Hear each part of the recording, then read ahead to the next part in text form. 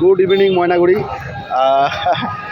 এতদিন আমি কোনো ফেসবুকে বা হোয়াটসঅ্যাপে কোনো লাইভ টাইভ আসিনি, ঠিক আছে। আমার সাময়িক শরীর খারাপ ছিল এবং মন মানসিকতাটা ঠিক ছিল না, তো আমি গত দুদিন হলো বাড়ি থেকে বেরিয়েছি।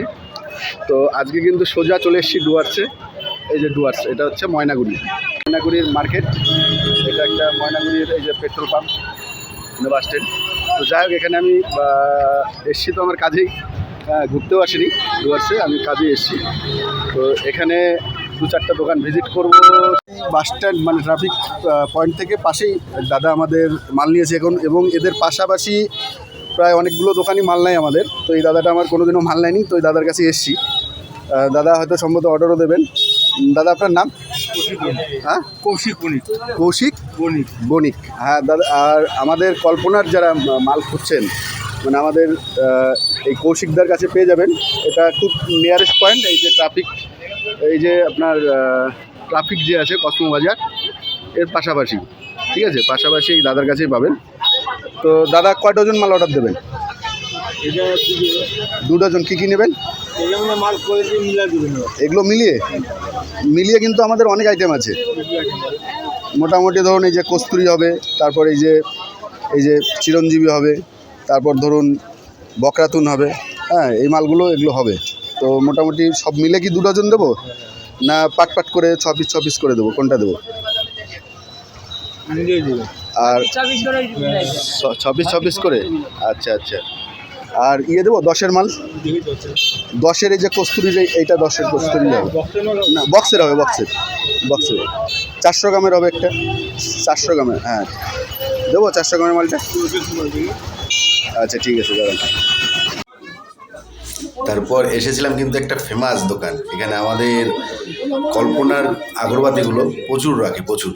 তো ব্যাপার হচ্ছে, এখানে আমি বকরাতুনকে হাইলাইট করবো এই কারণেই, এই দোকানটা থেকে বকরাতুন প্রচুর আকারে বিক্রি হয়। তো ওই কারণে বকরাতুনটাকেই আমি দেখানোর চেষ্টা করব। দেখেন আপনারা। তবে এই প্রোডাক্টটা খুব সুন্দর। 100 গ্রামের ওয়েট, 70 টাকা এমআরপি আছে, দোকানদার 50 টাকাতে বিক্রি করে। তো আপনারা যদি পছন্দ হয় বকরাতুন নিতে পারেন, আমি রিকমেন্ড করবো। কল্পনা তোমাকে দেবে না, কল্পনা মাঝে আমরাই কাজ করি।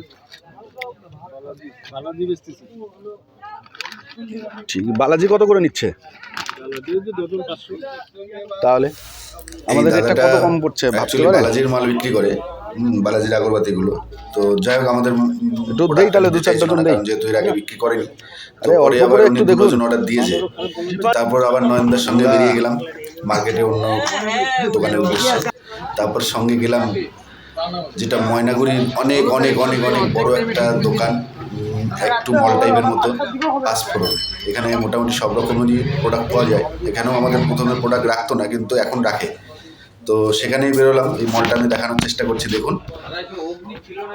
এইবার এখান থেকে গিয়ে সোজা কিন্তু ধূপকাঠির র্যাক। এই যে ধূপকাঠির র্যাকে আমাদের কস্তুরিটা রেখেছেন উনি। আরও অনেক কিছুই প্রোডাক্ট রেখেছিল আমাদের ধূপকাঠিগুলো, কিন্তু কস্তুরিটা এখন রয়েছে। তো দাদার কাছে গিয়ে অর্ডার নিলাম এবং সঙ্গে গিয়ে সেলফিও তুললাম দাদার সঙ্গে। এই যে দাদার সঙ্গে সেলফি তুললাম। তো অবশেষে তারপর ধূপগুড়ি যাব। রাত তখন বাজে 9টা। কিন্তু এত রাত্রে আমি একা একা হাইওয়েতে গাড়ি পাচ্ছিলাম না। তো অনেক দুশ্চিন্তায় ছিলাম যে আমি কী করে ধূপগুড়ি যাব। সেখানে আমার হোটেলও বলা ছিল। তো তারপর অবশেষে কিন্তু অনেক অপেক্ষা করলাম। অপেক্ষা করার পর কিছুক্ষণ পর দেখলাম একটা বাস আসলো। একদম স্বস্তি পেয়ে গেলাম।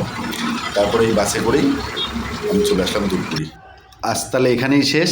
Tata, bye bye, good night. সবাই ভালো থাকুন, ভালোভাবে রাত্রে ঘুমান।